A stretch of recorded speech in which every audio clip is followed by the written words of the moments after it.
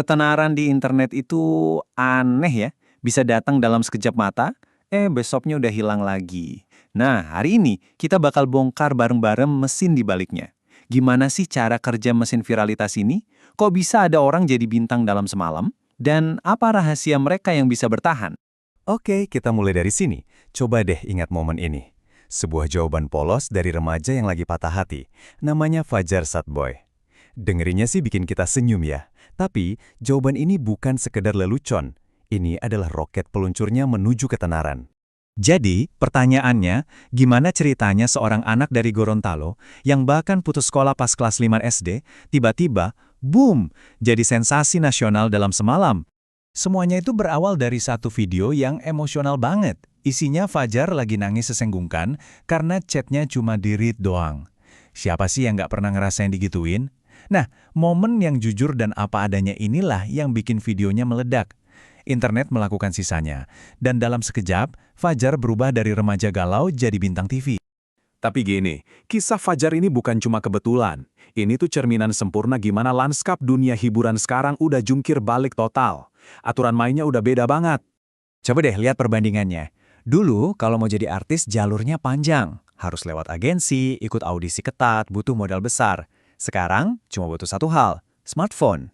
Platform kayak TikTok atau YouTube itu udah ngebongkar gerbang-gerbang lama industri hiburan. Siapapun, ya literally siapapun, sekarang pegang kuncinya sendiri. Oke, jadi terkenal mungkin lebih gampang sekarang. Tapi, ada tapinya nih. Bertahan di puncak itu ceritanya beda lagi. Ini adalah pertarungan super brutal di dalam sebuah sistem yang namanya ekonomi perhatian. Gampangnya gini, di dunia internet, perhatian kalian itu adalah mata uang paling mahal.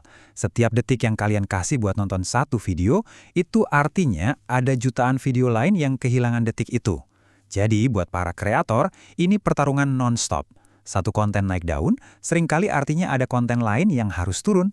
Dan karena pertarungan ini, siklus hidup sensasi viral itu brutal banget cepatnya. Polanya hampir selalu sama, meledak di hari pertama, sebulan kemudian mulai coba diuangkan, 6 bulan kemudian udah ada sensasi baru lagi. Setahun, udah jadi pertanyaan, dia kemana ya sekarang? Siklus ini menciptakan semacam kuburan digital. Kalian masih ingat mereka-mereka ini nggak? Ada Norman Kamaru, polisi, yang viral banget gara-gara lip-sync lagu India Chayaya. Dia sampai ninggalin kepolisian buat ngejar karir hiburan. Tapi ya, sorotannya cepet banget padam. Terus, ada juga Sinta dan Jojo. Bisa dibilang mereka ini pelopor video lip-sync di Indonesia dengan keong racun. Dulu kayaknya ada di mana-mana ya, tapi sesaat kemudian, ya udah, hilang gitu aja dari panggung utama. Dan tentu saja, Arya Wiguna. Teriakan ikoniknya, "Demi Tuhan!" jadi meme nasional. Momen kemarahannya itu ngasih dia ketenaran instan, tapi sama seperti yang lain, umurnya pendek banget. Oke, jadi pertanyaannya sekarang, kalau ketenaran viral itu gampang banget nguap, gimana caranya beberapa kreator bisa sukses membangun karir yang awet? Apa sih rahasia mereka buat bertahan? Nah, ini dia kuncinya. Mereka yang bertahan itu nggak pernah diam di tempat. Lihat aja Ria Ricis yang super konsisten, atau Atta Halilintar yang langsung banting setir ke bisnis. Poin utamanya adalah, mereka nggak cuma ngulangin formula yang bikin mereka viral, mereka terus berinovasi, berevolusi, dan mengubah satu momen ketenaran jadi sebuah brand yang kuat dan berkelanjutan. Dan ini membawa kita balik lagi ke Fajar Satboy. Beberapa tahun setelah viral, dia bukan cuma bertahan loh, dia justru makin berkembang. Jadi apa sih rahasianya dia? Kalau kita pikir kesuksesan Fajar ini cuma hoki semata, ternyata salah besar.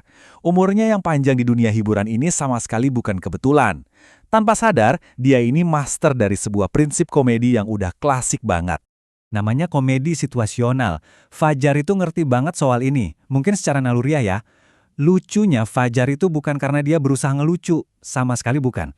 Humornya justru muncul dari personanya yang konsisten, anak yang sedih, tulus, dan polos, tapi ditaruh di situasi-situasi yang nggak nyambung. Nah, ini dia resep rahasianya, formula Fajar. Pertama, ada konstanta. Karakternya yang sad boy itu nggak pernah diubah. Kedua, variabel. Dia terus-menerus ditaruh di situasi yang baru dan beda. Ketiga, bentrokan. Antara karakter dan situasi inilah yang bikin lucu.